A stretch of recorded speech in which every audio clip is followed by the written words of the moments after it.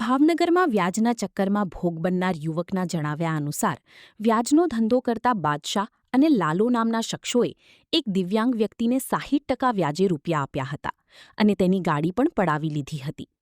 આ બાબતે સંજયે વચગાળામાં પડીને રજૂઆત કરી હોવાની અદાવત રાખીને આ શખ્સોએ તેને રિક્ષામાં પકડી લીધો હતો અને તેના પર છરી તથા તલવાર જેવા હથિયારોથી હુમલો કર્યો હતો.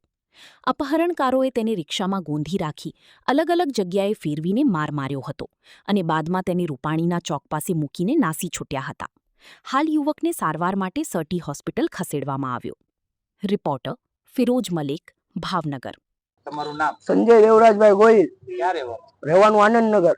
બનાવ બનાવ એવો બન્યો, હું તળાવમાંથી આવતો હતો રૂપમ બાજુ, તો હેમોનના ચોકમાં મને છે ને એ લોકો 8 જણા આવ્યા ને છરી ને એ બધું પાઇપ ને ધોકો. પેલા મને છરી મારવા ગયો તો મેં છરી પકડી લીધી તો મને આંગળામાં આવી ગઈ, તો 2 ટાંકા જેવું આવ્યું છે અને અહીંયા પ્લેસ્ટર આવ્યો, ધોકા ને એવું બધી બાજુ માર્યું.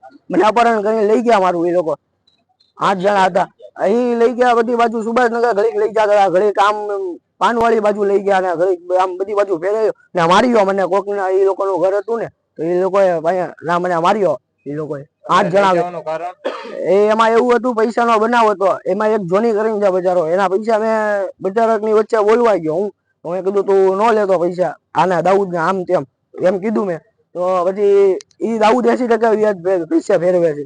તો પછી મને કહે તને મારી સામને તેમ ને જેમ તો મારી યારે વાદુ આવ્યો ડાયરેક્ટ. તો મને પછી એ લોકો 8 જણા આવ્યા. પેલા 4 વ્હીલ લઈને આવ્યા, પછી રિક્ષા લઈને આવ્યા પાછા. તો મને 8 જણા આવીને પેલા મારું હાથ મળી ગયા.